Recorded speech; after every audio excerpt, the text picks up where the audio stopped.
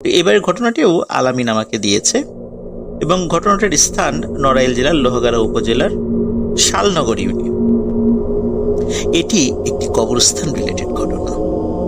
ঘটনাটির সময় 1980 থেকে 90 সালের মধ্যে, কিন্তু এক্স্যাক্ট আসলে কত সাল এটা কেউ বলতে পারেনি বা আলামিনও আমাকে এটা তথ্যটি জানাতে পারেনি, কিন্তু সময়টি 1980 থেকে 90 এর মধ্যে, এটা নিশ্চিত। ওই গ্রামের দুজন প্রভাবশালী ব্যক্তি ছিলেন। তারা অত্যন্ত ধনী মানুষ ছিলেন এবং অনেক ভালো মানুষ ছিলেন। গ্রামের অনেক কল্যাণমূলক কাজ, জনকল্যাণমূলক কাজ তারা করতেন।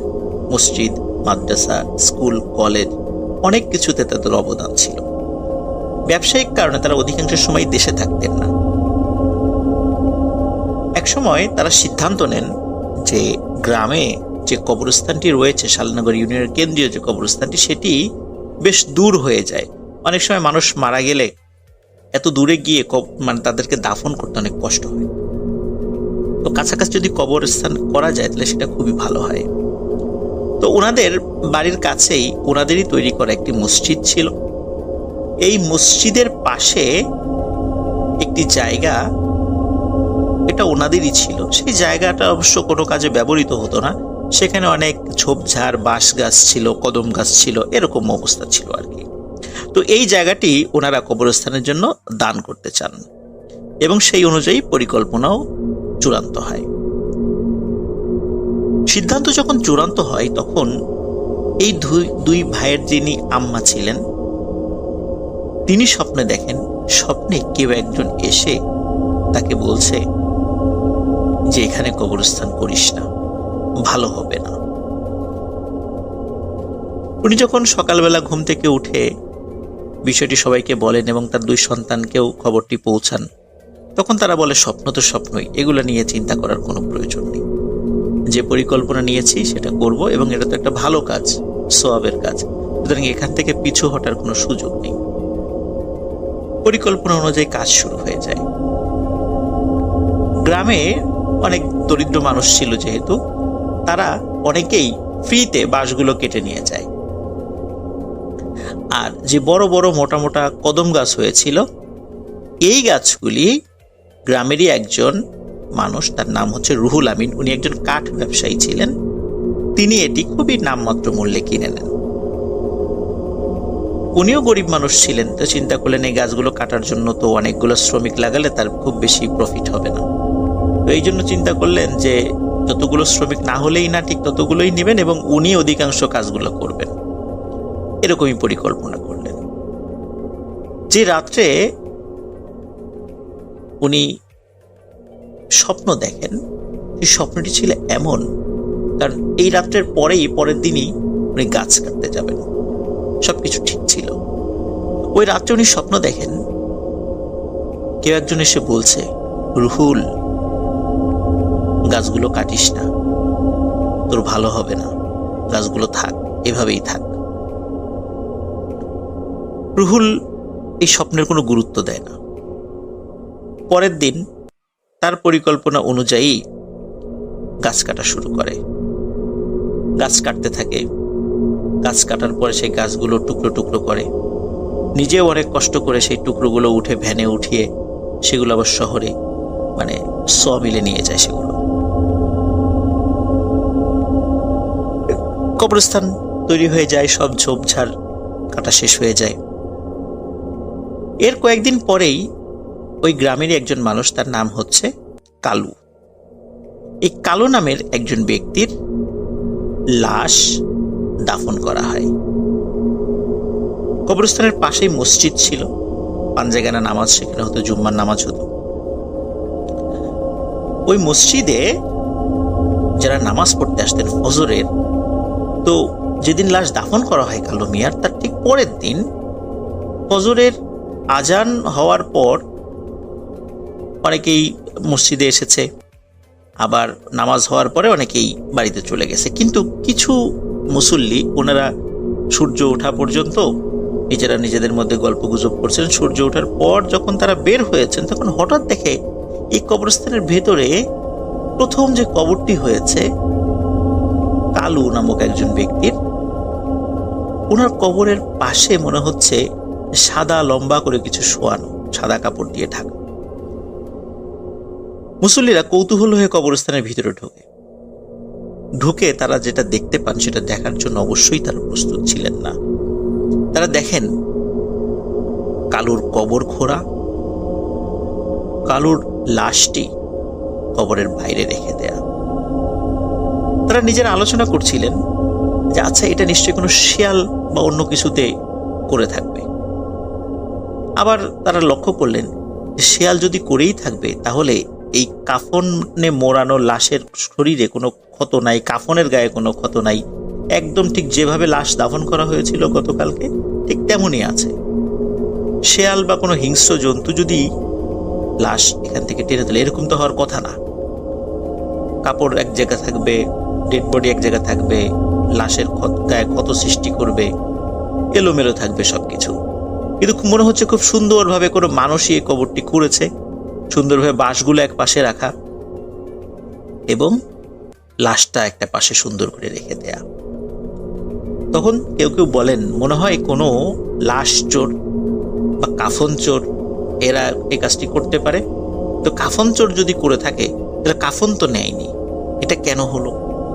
আবার লাশ চোর যদি এসে থাকে তাহলে লাশেরও তো কোনো অঙ্গ প্রত্যঙ্গ তেমন কোনো ক্ষত দেখা যাচ্ছে না, তাহলে কে এই কাজটি করলো?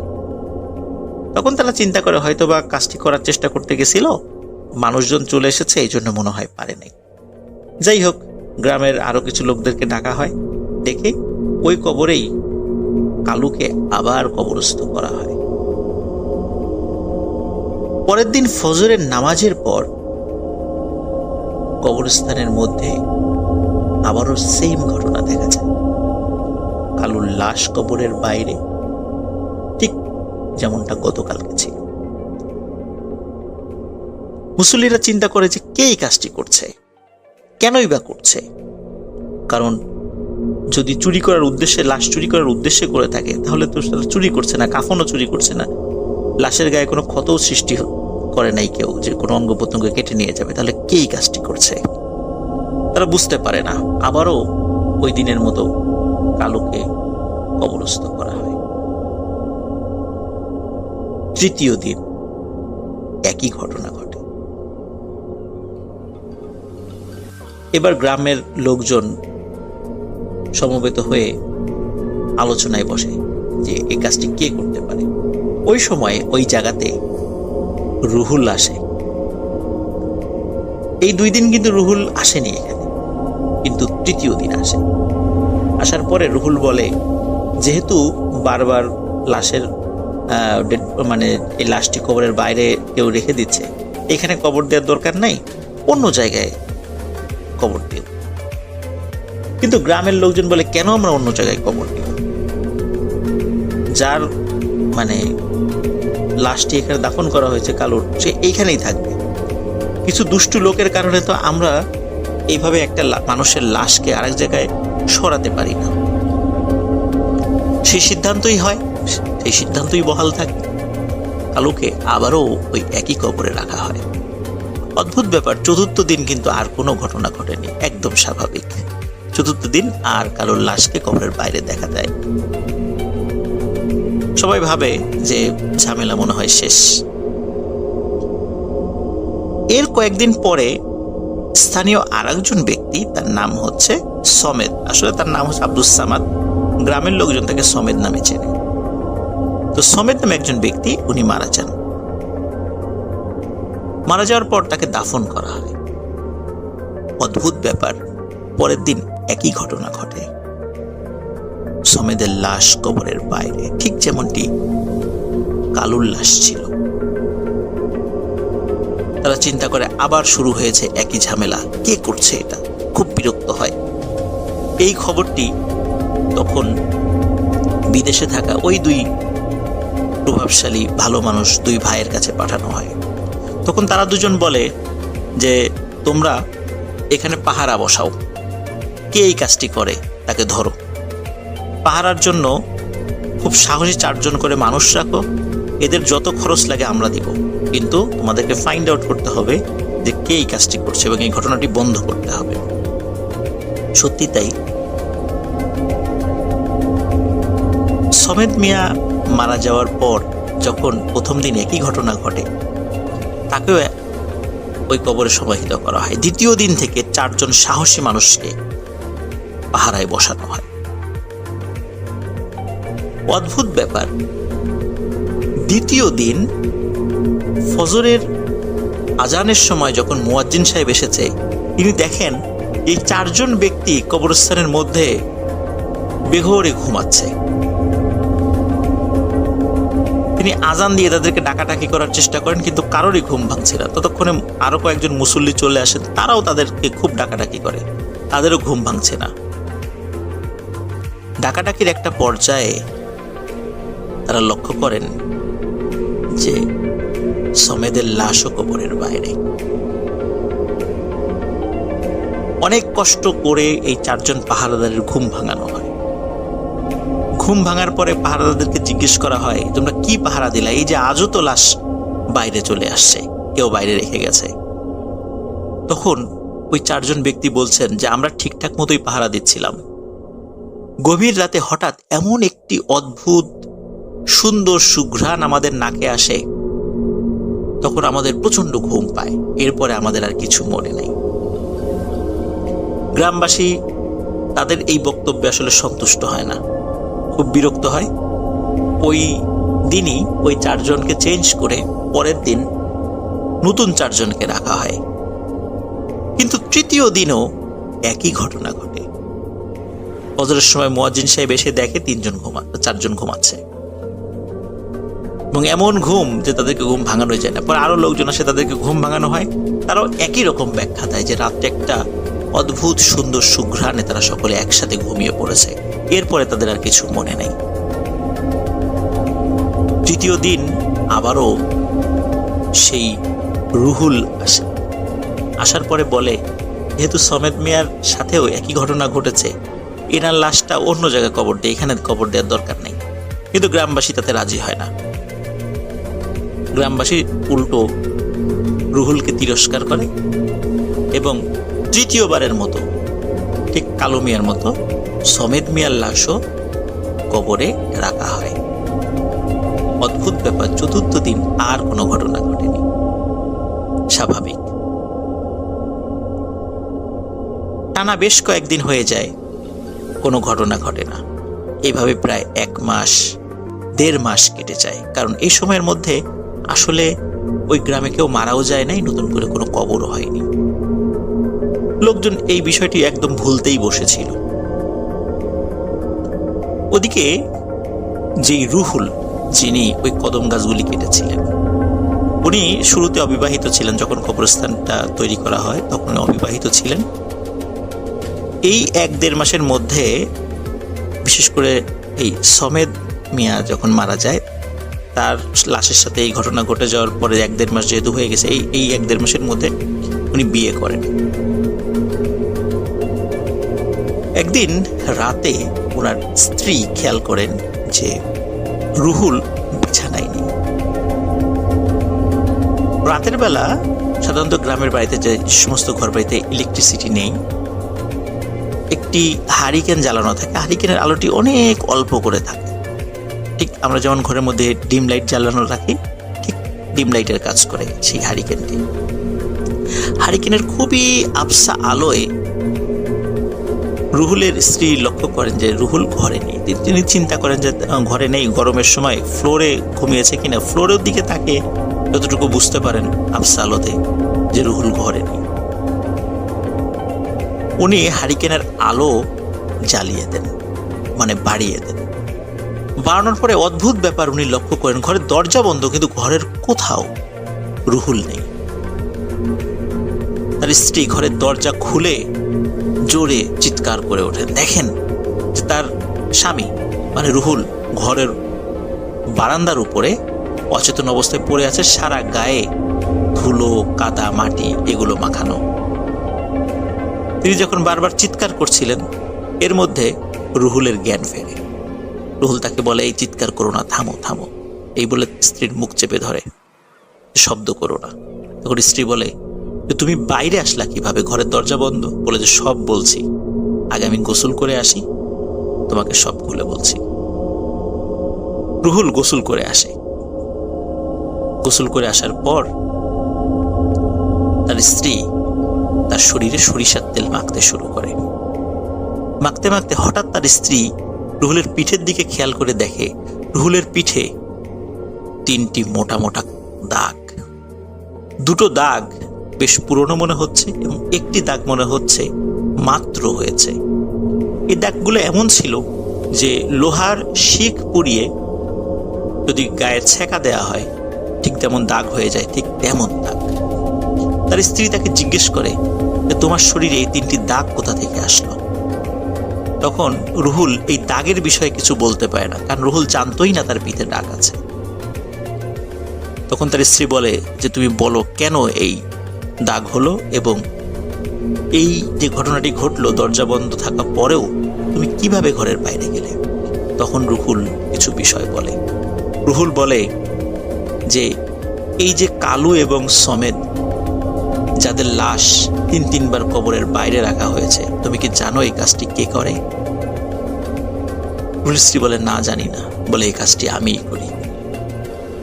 এবং আজকে রাতেও এই গ্রামের একজন মহিলা মারা গিয়েছিল, রাত্রেই তাকে দাফন করা হয় এবং তার লাশটিও আমি মাত্র কবরের বাইরে বের করে রেখে এসেছি। তার স্ত্রী বলে যে তুমি কেন এই কাজটি করছো, এমন জঘন্য কাজ কেন করছো?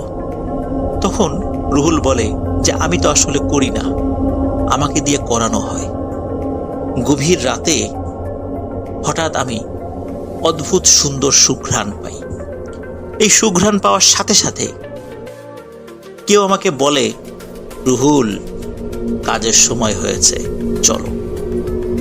তখন আমার শরীরের উপর কোনো নিয়ন্ত্রণ থাকে না, মনে হচ্ছে কেউ আমাকে হাঁটিয়ে নিয়ে চলে যাচ্ছে, কিন্তু আমি কিছু বুঝতে পারি না। মনে হয় আমি আধো ঘুম আধো জাগ্রত অবস্থায় আছি, কিছু বুঝতে পারি না।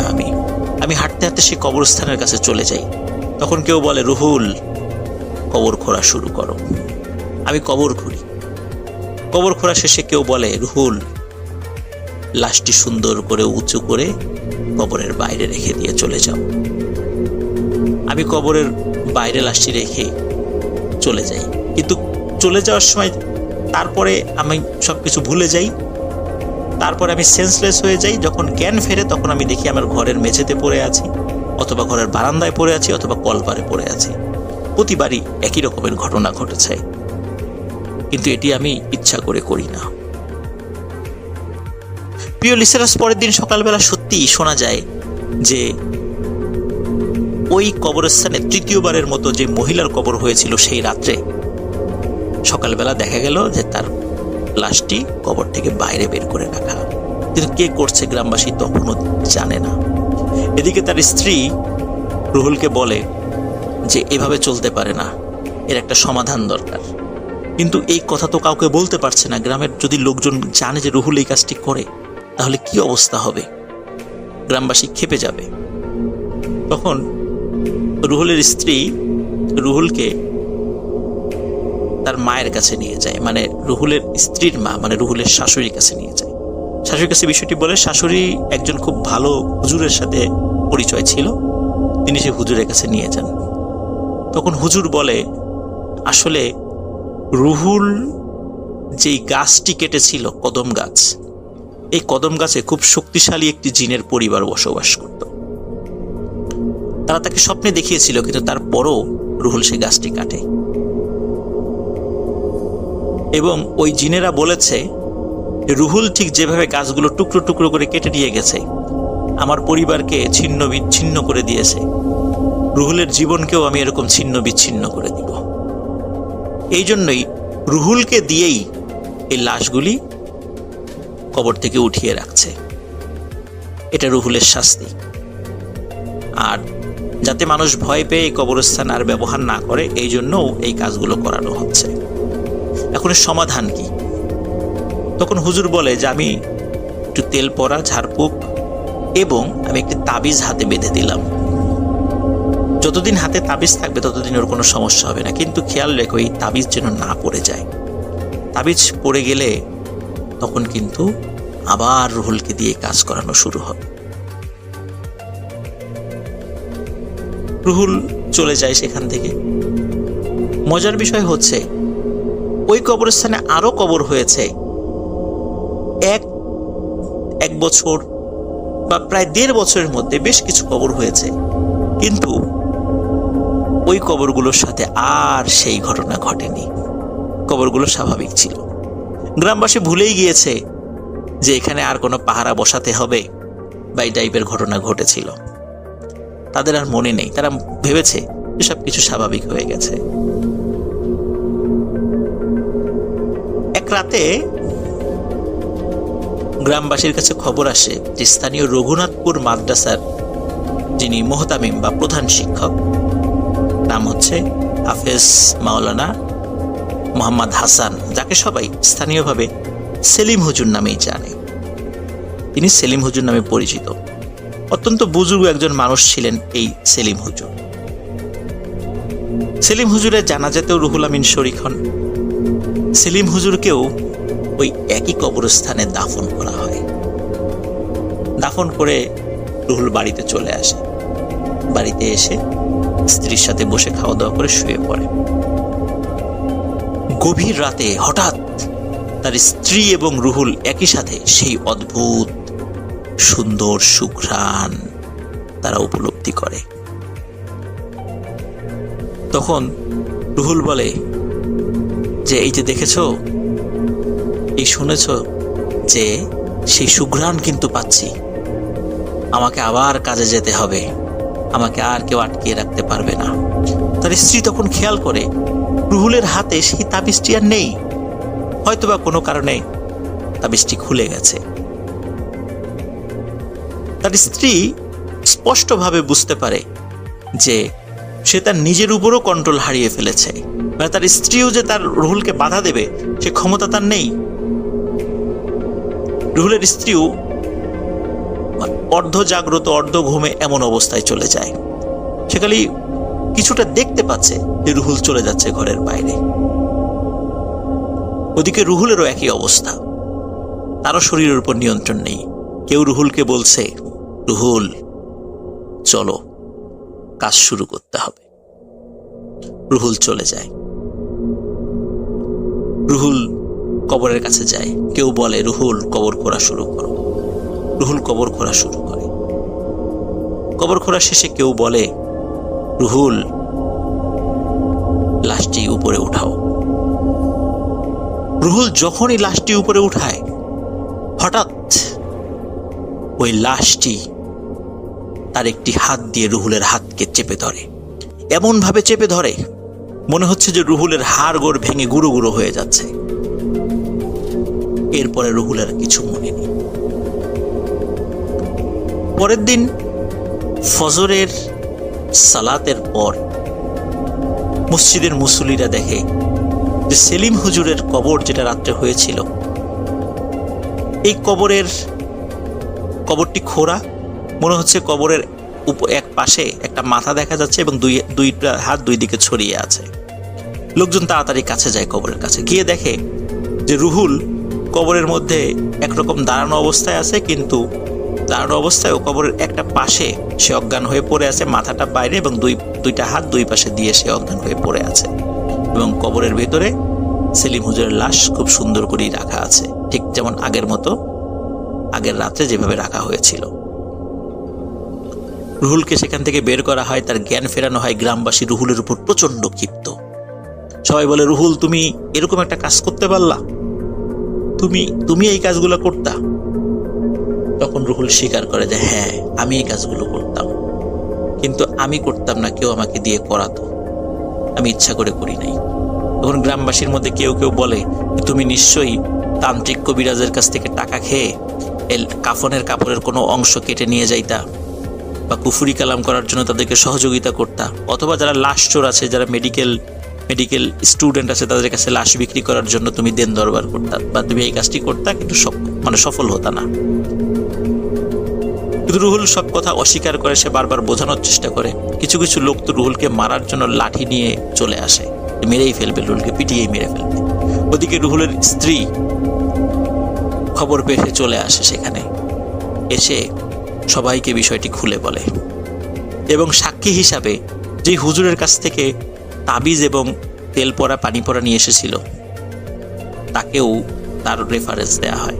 তার সাথেও যোগাযোগ করে ঘটনার যখন সত্যতা পাওয়া যায় গ্রামবাসী বিশ্বাস করে, এবং তখন গ্রামবাসী ওই সেই দুই প্রভাবশালী ভাইকে সব বিষয় জানায়। সকলের সাথে পরামর্শ করে ওই দুই প্রভাবশালী ভাই একমত হন যে এখানে আর কোনো কবর দেয়া যাবে না। সেলিম হুজুরের লাশই এখানকার শেষ লাশ হবে। সত্যি তাই, ওই কবরস্থান এখন পরিত্যক্ত। সেলিম হুজুরের লাশই সেখানকার শেষ লাশ, এরপরে আর কোনো কবর এখন পর্যন্ত সেখানে দেওয়া হয়নি। সে মসজিদও এখনো আছে, সেই পরিত্যক্ত কবরস্থান এখানে আছে। কিন্তু যেহেতু দুই ভাই নিয়ত করেছিলেন যে একটি কবরস্থান দেবেন, এই কারণে শালনগর যে কেন্দ্রীয় যে কবরস্থান রয়েছে, এই কবরস্থানের পাশেই আরো জায়গা কিনে কবরস্থানটিকে সম্প্রসারণ করা হয়, যা এখনো রয়েছে। রুহুল বছরখানেক আগে মারা গেছে, তার স্ত্রী এখনো জীবিত আছে।